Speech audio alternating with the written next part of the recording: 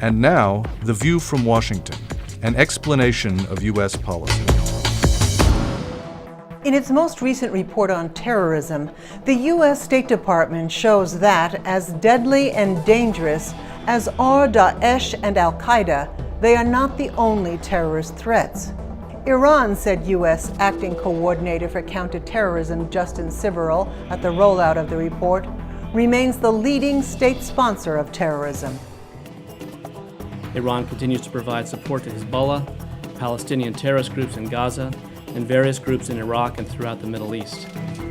Confronting Iran's destabilizing activities and its support for terrorism was a key element of our expanded dialogue with the countries of the Gulf Cooperation Council following the Leaders' Summit at Camp David in May of last year. The State Department reports, moreover, that Iran's destructive behavior is not confined to the Middle East.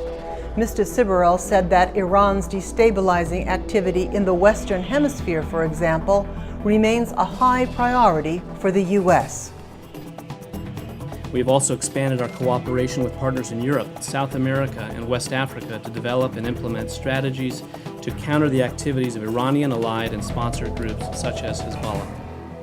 In recent testimony before Congress, Acting Treasury Undersecretary Adam Szubin noted that outside of the nuclear file, the United States has maintained all of its sanctions designed to counter Iran's malign activities.